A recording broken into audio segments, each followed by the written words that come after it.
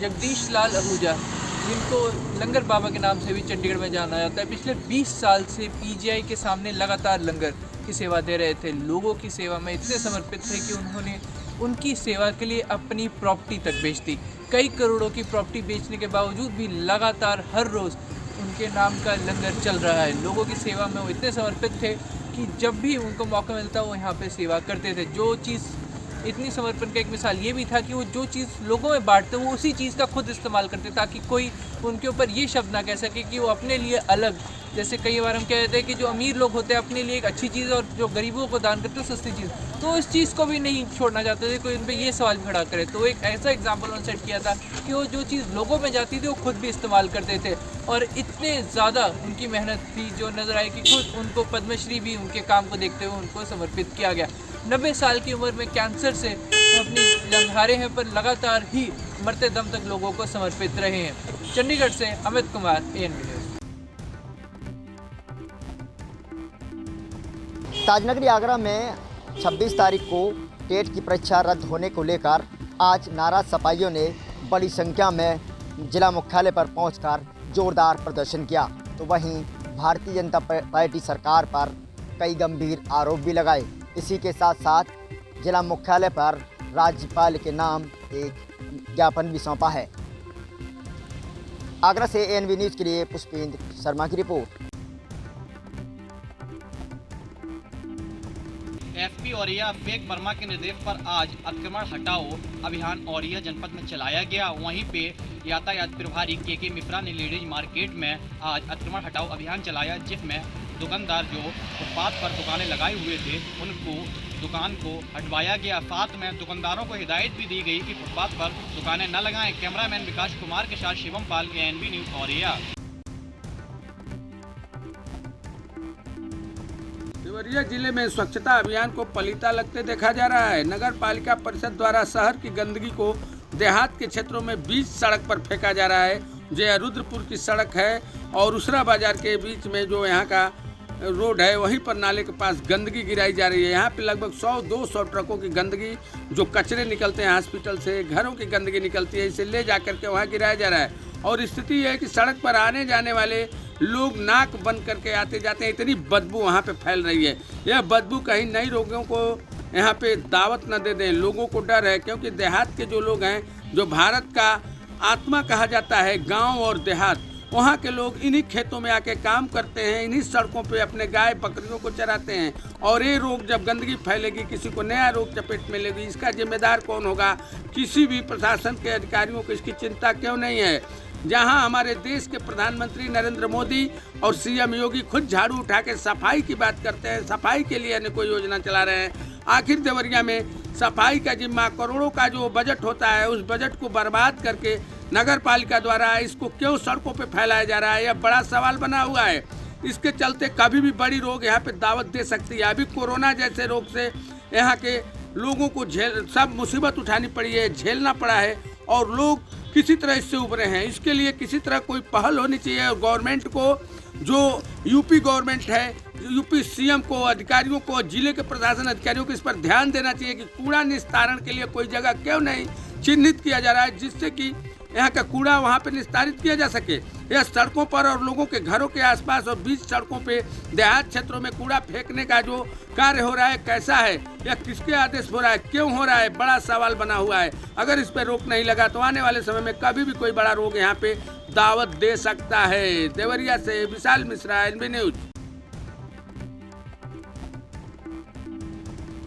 सरकार की मंशा अनुसार मुख्य अभियंता SK पवार जी है, यहाँ पे जो गाजियाबाद के हैं, इनसे बात कर लेते हैं। जैसे कि सरकार चाहती है कि पूरी जनता को पूरी 24 घंटे बिजली दिए, उसके अनुरूप ही यहाँ पे कार्य हो रहा है। लेकिन सबसे बड़ी बात सरकार और इनकी मेहनत है अधिकारियों की। इन्होंने एक नई स्कीम स्मार्ट मीटर की लॉन्च की है, जो जैसे कि प्रीपेड मोबाइल होता है, पैसे उसमें रहते हैं तो आप कॉल कर सकते हो, उसी की तर्ज पे। ज़्यादा जानकारी के लिए इस समय हमारे साथ मुख्य अभियंता जी जानते हैं। सर, आपका ये सीधी बात करेंगे, जो बिजली को लेकर जैसे चोरी भी होती थी, जो आपके लड़के रहते थे वो जाते थे मीटर रीडिंग लेने, इससे क्या क्या फ़ायदा है जनता को और आपके पास? इस बारे में मैं आपके चैनल के माध्यम से बताना चाहूँगा। इसको हम थोड़ा सा एक स्टेप वाइज आपसे कहते हैं कि अभी फ़िलहाल जो हमारे जो हमने मीटरिंग का जो कॉन्ट्रैक्ट दिया हुआ है उसमें भी जो हम लोग हमारे मीटर रीडर जा रहे हैं वो हमारे एक ऐप है उनके पास। अब हमारे पास कोई भी ऐसा कोई मीटर जो है वो पढ़ने वाली स्टेज नहीं है, हम प्रूफ बिलिंग करते हैं। जैसे हमने कोई उसमें इक्विपमेंट लगाया तो अपने आप वो डाटा हमारे पास आ जाता है। तो जितना भी हम मिनिमम जो मैनुअल इन्वॉल्वमेंट है वो धीरे धीरे ख़त्म हो रहे हैं। एक तो पहला स्टेप हमारा अभी जो चल रहा है और हमारा लगभग हम गाज़ियाबाद में हम 99% बिलिंग कर पा रहे हैं और रूरल में भी हम 95 से ऊपर की कोशिश कर रहे हैं। इसके अलावा जो जैसा आपने बताया कि प्रीपेड मीटर्स, तो बहुत सारे जो मल्टी स्टोरीज बिल्डिंग्स हैं वहाँ पर जैसे हम अपना मोबाइल का रिचार्ज कराते हैं, इस तरह से उसको भी 2000 रुपये का कर लिया और उसमें हमको क्रेडिट भी देते हैं कि मान लिया अगर 2000 ख़त्म भी हो गया तो और 500 रुपये का और क्रेडिट रहता है, तब तक वो उसको यूज़ कर सकते हैं, फिर उसको रिचार्ज कर सकते हैं। तीसरा जो एक हमारी रिवैम्प योजना है उसमें हम लोग स्मार्ट मीटर रिव्यू लगा रहे हैं और वैसे अभी आज की डेट में 100 किलोवाट से ऊपर के जो कनेक्शन है वहाँ पर AMR ऑटोमेटिक जो हमारी MR रेटिंग होती है AMR करते हैं, उसमें डाटा हमारा अपने आप में हम जनरेट करते हैं। ये हमारा स्मार्ट मीटर सिस्टम बोलते हैं। हम हर तरह से पूरी तरह से स्मार्ट मीटर लगाएंगे जिससे हमको कहीं कोई मैनुअल इन्वॉल्वमेंट नहीं होगा और ऑटोमेटिकली उनका बिल जनरेट हो जाएगा। तो ये हमारी स्कीम 2025 तक हम सब जगह स्मार्ट मीटर लगाने की योजना प्रस्तावित है। तो सर इसमें जैसे जनता का भी फायदा नज़र आ रहा है काफ़ी कि जो बिल जमा कराने जाते थे वहाँ पे अपना टाइम ख़राब करते थे, इसे सीधा अपने मोबाइल से ही सर कराइए।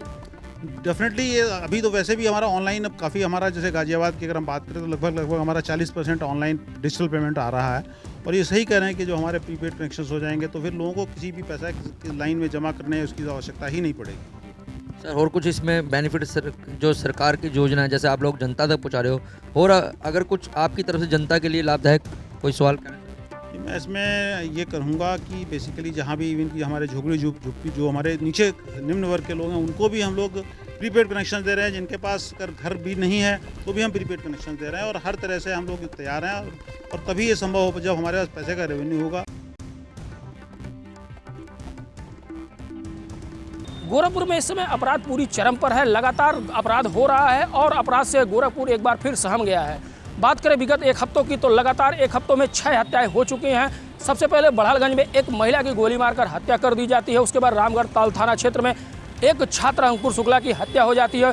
उसके बाद झंगा थाना क्षेत्र में 2 हत्याएं हो जाती हैं। इसके बाद कोतवाली थाना क्षेत्र में एक हत्या होती है। उसके बाद बात करें गोरखपुर की गोरखनाथ थाना क्षेत्र की तो कल गोरखनाथ थाना क्षेत्र में डीजे पर डांस करने की विवाद को लेकर एक युवक की कुछ लोगों ने पीट कर हत्या कर दी। तो कुल मिला कर कहें गोरखपुर में इस समय अपराध की बाढ़ सी आ गई है। लगातार अपराध हो रहा है और पुलिस जो है उसका यही कहना है कि अपराधियों के धरपकड़ में पुलिस लगी हुई है, जल्द ही आरोपी गिरफ्तार होंगे। कल देर रात गोरखनाथ थाना क्षेत्र के 10 नंबर बोरिंग स्थित रिमझिम मैरिज हॉल में एक युवक जो अपने चचेरी बहन की शादी में आया हुआ था उसको इतनी बात पे हत्या कर दी जाती है कि उसने केवल डीजे बजाने से लोगों को मना किया और उसकी पीट कर हत्या कर दी गई। हालांकि इस संबंध में गोरखपुर के एसपी सिटी ने बताया कि पुलिस ने मुकदमा दर्ज कर लिया है, जल्द ही आरोपियों की गिरफ्तारी हो जाएगी। लेकिन ये आरोपी बेखौफ क्यों हैं, लगातार गोरखपुर में घटनाएं क्यों हो रही हैं और पुलिस कोई ठोस कदम क्यों नहीं उठा रही है? एएनबी न्यूज के लिए गोरखपुर से गोविंद कुशवाहा। बिजनौर के बढ़ापुर में ग्राम धर्मोवाला में एक लालची युवक ने दौलत के लालच में आकर अपने ही पिता की सर में डंडा मारकर हत्या कर दी और लोगों को फंसाने की कोशिश की। वहीं हमारे ज़िले के तेज तर्राक एसपी डॉक्टर धर्मवीर सिंह व बढ़ापुर पुलिस ने मिलकर छानबीन की और पता चला ये कि उसी बेटे ने अपने साले के साथ मिलकर 3 लोगों ने अपने बाप की हत्या की थी। वहीं डॉक्टर धर्मवीर सिंह ने तीनों लोगों को जेल भेज दिया है। एएनबी न्यूज़ से गुड्डू भारती, बिजनौर। जनपद जालौन में अवैध मिश्रित गुटखा अपने पैर तेजी से पसार रहा है और कहीं ना कहीं इसमें प्रशासन की चूक दिखाई दे रही है, क्योंकि प्रशासन कार्रवाई तो करता है और कार्रवाई करने के बाद अवैध कारोबारी अपना धंधा मंदा कर देते हैं, लेकिन जैसे ही प्रशासन ढील डालता है तो अब अवैध कारोबारी धंधा अपना दुगना करके संचालन करने लगते हैं। वहीं जनपद जालौन में अब अवैध मिश्रित गुटखा कई नामों से संचालन हो रहे हैं। इन पर कार्रवाई करने में प्रशासन कहीं ना कहीं विफल नज़र आ रहा है। वहीं जब हमने इसको लेकर स्थानीय लोगों से बात की तो स्थानीय लोगों ने बताया कि आने वाली पीढ़ी के लिए यह अवैध मिश्रित गुटखा बहुत ही हानिकारक है। कहीं ना कहीं प्रशासन ने इस पर अंकुश नहीं लगाया तो आने वाली पीढ़ी के लिए बहुत ही दुखदायी होगा। और कहीं ना कहीं इसमें प्रशासन की मिली भगत देखी जा रही है, क्योंकि जब तक प्रशासन सख्त रहता है तब तक अवैध कारोबारी इस धंधे को अपना बंद करके रखते हैं, और जैसे ही प्रशासन ढील डालता है तो अवैध कारोबारी इस धंधे को दुगना करके संचालन करने लगते हैं। ANB न्यूज मयंगराजपुर जालौन। कई सरकारें आई और कई सरकारें गईं, लेकिन यह प्राथमिक स्वास्थ्य केंद्र सेखवनिया है जो जनपद के कुशीनगर विधानसभा क्षेत्र के यह क्षेत्र में पड़ता है, जो महज जिला मुख्यालय से 8 किलोमीटर दूर यह प्राथमिक स्वास्थ्य केंद्र बना हुआ है। लेकिन इसकी तस्वीरें आप देख सकते हैं किस तरह यह जो प्राथमिक स्वास्थ्य केंद्र का भवन है खंडहर में तब्दील हो गया है। इसको बने अभी महज 10 वर्ष ही हुए कि यह खंडहर में तब्दील हो गया और इसके ताले अभी तक नहीं खुल पाए। अधिकारियों की लापरवाही और राजनीतिक लोगों की उपेक्षा का शिकार यह प्राथमिक स्वास्थ्य केंद्र अपनी बदहाली पे आंसू बहा रहा है। तो वहीं क्षेत्र के लोगों के इलाज के लिए बना यह प्राथमिक स्वास्थ्य केंद्र यह बिल्कुल खंडहर में तब्दील है। लोगों को जो प्राथमिक स्वास्थ्य केंद्र सुविधा स्वास्थ्य की सुविधा देता है वह पूरी तरह बदहाल स्थिति में है।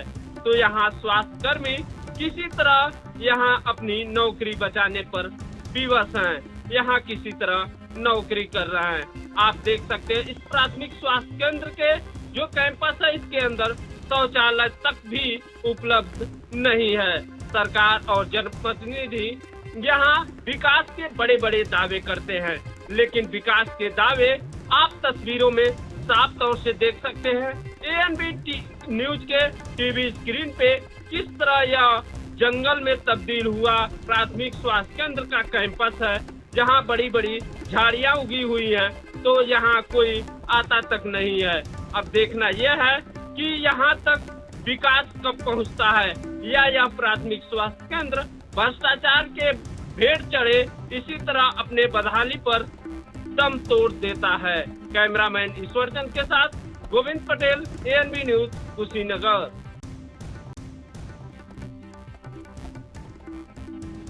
बताने की ललितपुर जनपद में 2 दिसंबर को अगले साल आ रहे हैं। इसको लेकर लखीमपुर टीवी के जो MLC हैं हमारे साथ मौजूद है, जो यहाँ पर प्रभारी बन गया है। हम बात करें कि ललितपुर जनपद में इसके जो अफिसर आ रहे हैं तो यहाँ पर किस प्रकार की जो व्यवस्था की जा रही है और जो विधानसभा चुनाव इस बारे में क्या कहना चाहेंगे आप? ये चूँकि 20 तारीख को कार्यक्रम होना था तो जनता को उत्साह था और 20 को जनता को बहुत समझ था। अखिलेश जी ने वादा भी किया था और एक विशेष लगाव रहा है हमारे नेता जी का भी, क्योंकि यहाँ का जो घंटाघर चौराहा है और जो नेताजी की पहचान रही है समय में बुजुर्ग वाली में मिला कई लोगों से और जिससे कि उनके जितने बांध बने वहाँ पर सिंचाई की टूरिज्म को समझते हैं। उन्होंने राजघाट से लेकर देवघर तक जो हाईवे बनाया है, फ्लाईओवर जो उससे बन रहा है, सारा ग्रीन शेड उनका। हम लोग का ये मानना है कि जब तक जैसा कि अभी तक ललितपुर जनपद में समाजवादी पार्टी की एक भी टिकट नहीं जीत पाई है, तो इस बार क्या आपको लग रहा है?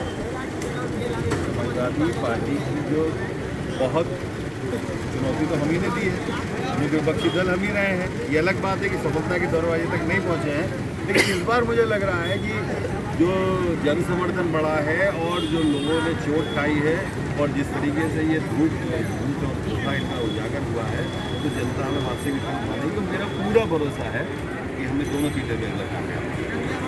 जैसा कि MLC साहब का कहना है कि अगर विधानसभा के चुनाव है इसमें अगर समाजवादी पार्टी की अगर टिकट मिलती है और अगर जो प्रत्याशी है इसमें अगर इनकी जीत होती है तो कहीं ना कहीं समाजवादी पार्टी की इसमें बड़ी कामयाबी हासिल होगी। ललितपुर जनपद से कैमरा पर्सन के साथ नीतीश कुमार, ANB न्यूज।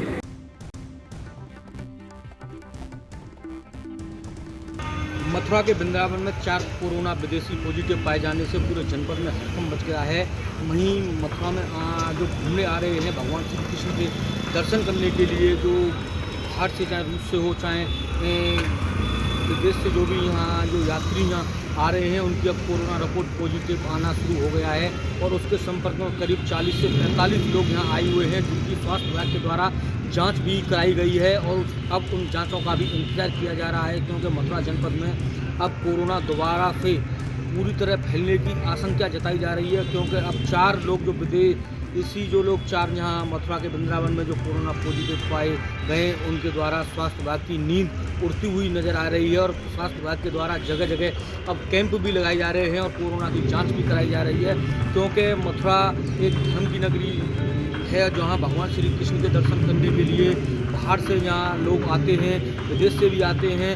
तो अब उनकी कोरोना रिपोर्ट जो पॉजिटिव आना शुरू हो गया है, जिसको लेकर अब स्वास्थ्य विभाग पूरी तरह हरकत में आ गया है। स्वास्थ्य विभाग के द्वारा जगह जगह टीम लगाई जा रही है, निरीक्षण भी किए जा रहे हैं, क्योंकि अब दोबारा से मथुरा के वृंदावन में कोरोना फैलने की पूरी उम्मीद जताई जा रही है, क्योंकि स्वास्थ्य विभाग की लापरवाही की वजह से अब मथुरा जनपद में कोरोना फैल सकता है, क्योंकि स्वास्थ्य विभाग पहले तो जांच नहीं कराता है।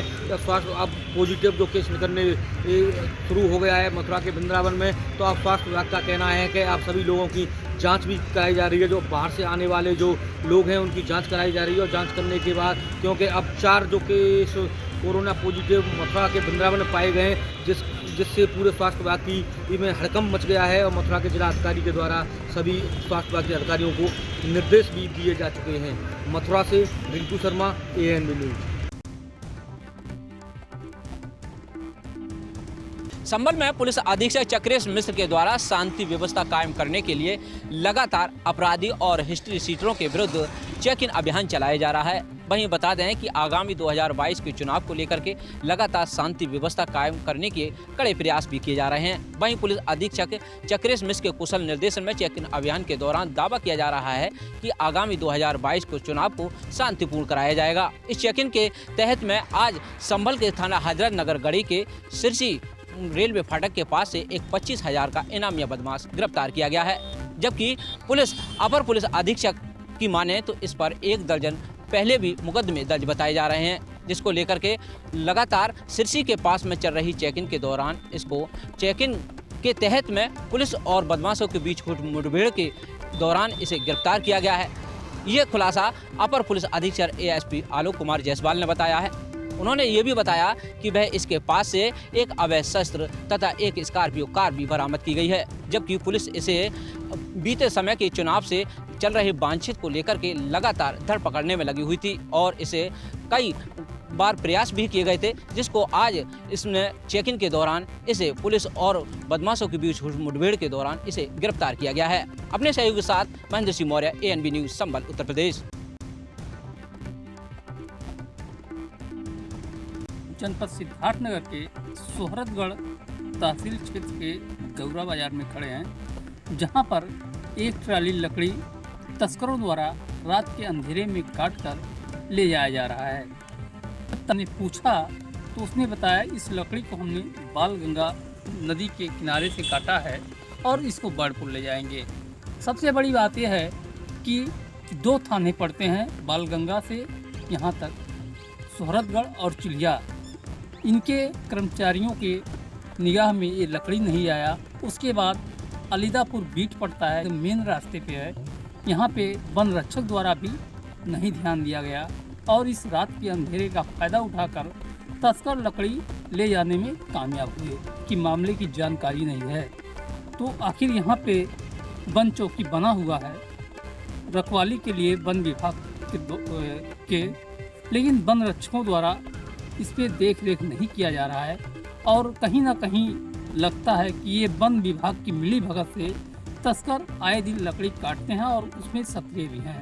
पूरे जनपद में आए दिन मामला होता रहता है, लकड़ी काटे जाते हैं और तस्करों द्वारा तस्करी किया जाता है। इस पर ध्यान देने वाला विभाग का कोई भी अधिकारी सामने नहीं आ रहा है। ANB news, Dharmveer Gupta, Siddharthnagar.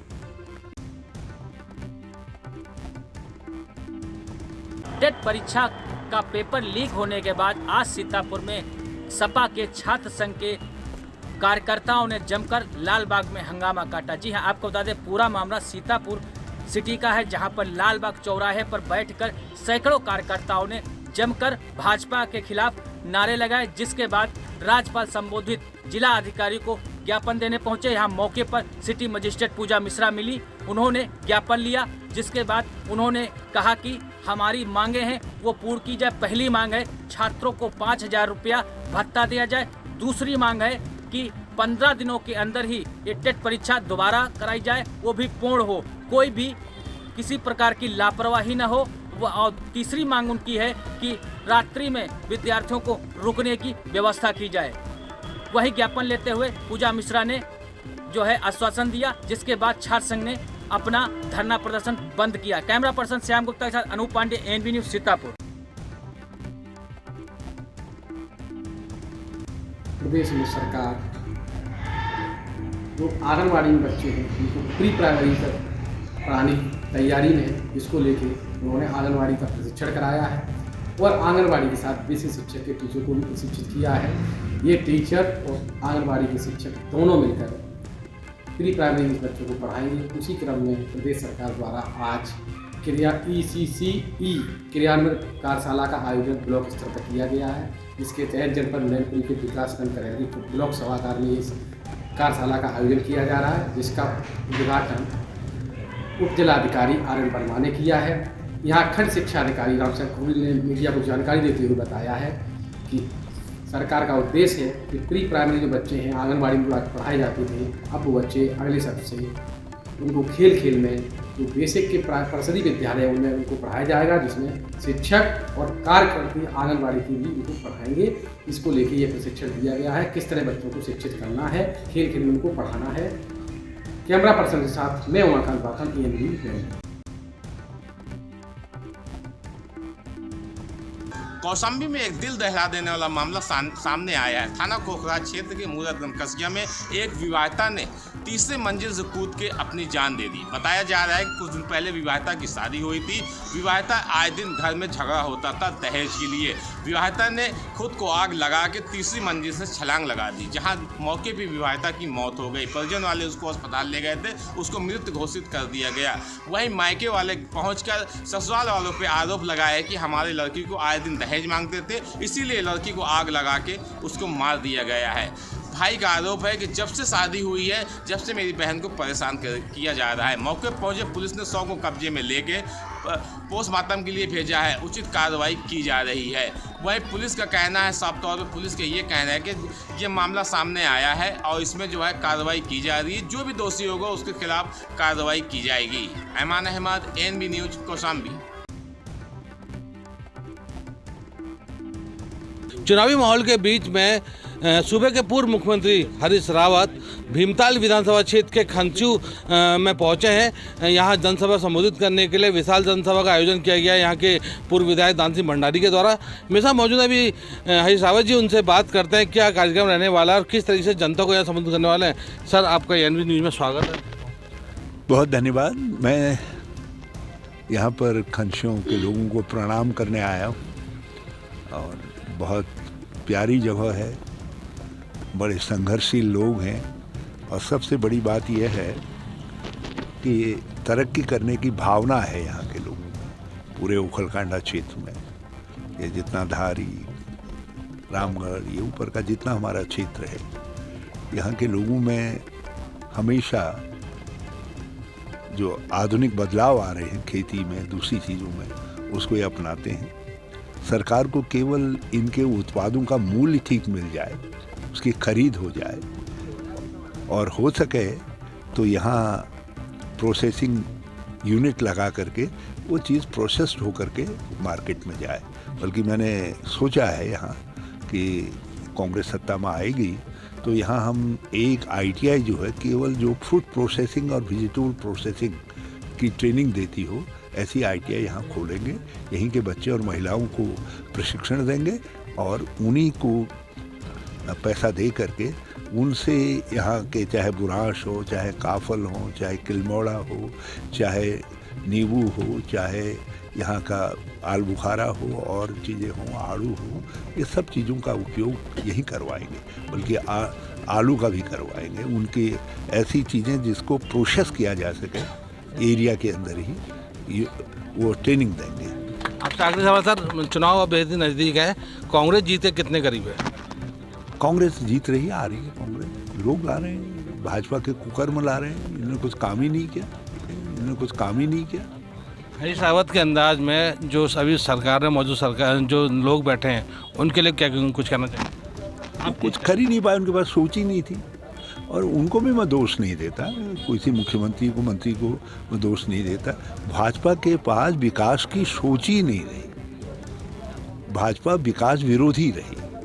और सत्यता ये है, भाजपा बड़े बड़े पूंजीपतियों और जो है बड़े बड़े व्यापारियों की पार्टी रही। और बाकी हिंदुत्व का नारा दे दिया, लोगों ने पेड़ तो देखा नहीं और इनके नारे पर आकर के वोट दे दिया। तो ये तो एक अभ्रंश है हिंदुस्तान की राजनीति का, और ये अभ्रंश जल्दी दूर हो जाए। हरीश रावत जी को भी साफ कहना है कि सत्ताधारियों का जो चक्र भी है उनकी तरफ तोड़ा जाएगा। मेरे साथ पूर्व विधायक दान सिंह भंडारी जी, उनसे जानते हैं। आज हरीश रावत जी पहुँचे हैं। सर, कार्यक्रम होने जा रहा है, बड़ी संख्या में लोग पहुँचे हैं, रावत जी खुद पहुँचे हैं जी, क्या कहेंगे? मैं तो ये कहूँगा कि हमारे जो पूर्व मुख्यमंत्री हरीश रावत जी हैं, उनको उखलगांडा से विशेषकर प्यार है, यहाँ की जनता से प्यार है। और उन्होंने जो 20 साल की मांगे थी इस उखलगांडा की, उन्होंने आज डिग्री कॉलेज खोला। आज हमारे वहाँ जो उस डिग्री कॉलेज में बच्चे पढ़ रहे हैं, गरीबों के बच्चे पढ़ रहे हैं, आज 900 बच्चे वहाँ पर पढ़ रहे हैं, शिक्षा ग्रहण कर रहे हैं। और उसके बाद एक यहाँ पर तहसील की मांग थी, बहुत ज़रूरी थी, जिसके लिए लोग यहाँ से धारी जाते थे।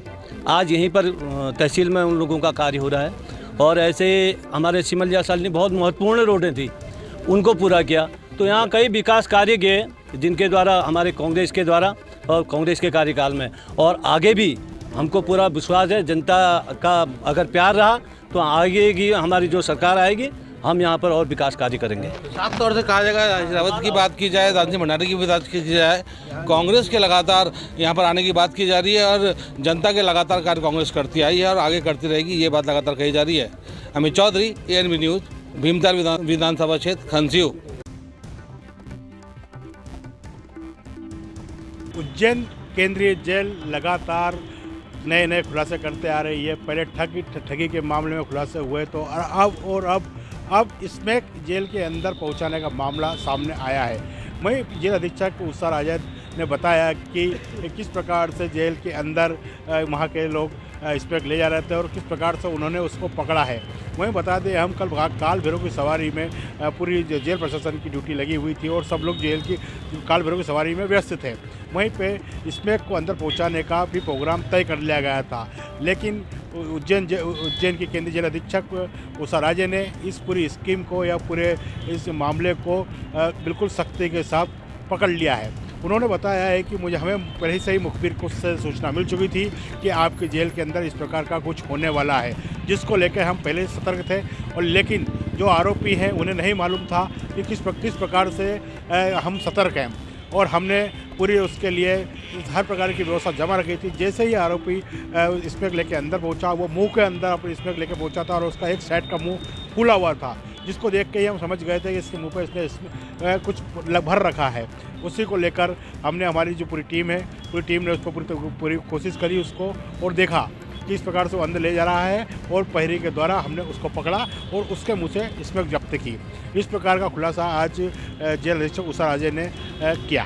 उज्जैन से विजेंद्र यादव, ANB न्यूज़ के लिए।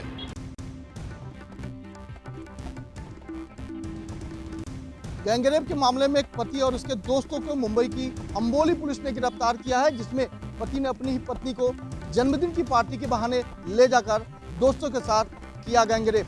दरअसल यह मामला तब सामने आया जब पत्नी होश में आई, तब देखे तो उसके बदन पर एक भी कपड़ा मौजूद नहीं था। इस दौरान जब पत्नी ने अपने पति से तमाम सवाल पूछे तो पति ने धमका कर यह कह दिया, अगर किसी को बताओगी तो वह उसका खामियाजा भुगतना पड़ेगा। फिलहाल पत्नी डरी सहमी अपने परिवार को जब यह जानकारी दी तो परिवार वालों ने अंबोली पुलिस स्टेशन को यह जानकारी दी। फिलहाल अंबोली पुलिस स्टेशन ने बलात्कार का मामला दर्ज करते हुए पति सहित उसको दोस्तों को गिरफ्तार कर लिया है। दरअसल यह नई कहानी नहीं है, पति पहले भी इसी तरह की हरकतें किया करता था जिससे पत्नी परेशान थी, लेकिन डरी और सहमी पत्नी ने जब हिम्मत बांधी तो आखिरकार पति और उसका दोस्त सलाखों के पीछे चला गया। कैमरा पर्सन विनय सिंह के साथ मैं प्रकाश सोनी, NB न्यूज़, मुंबई।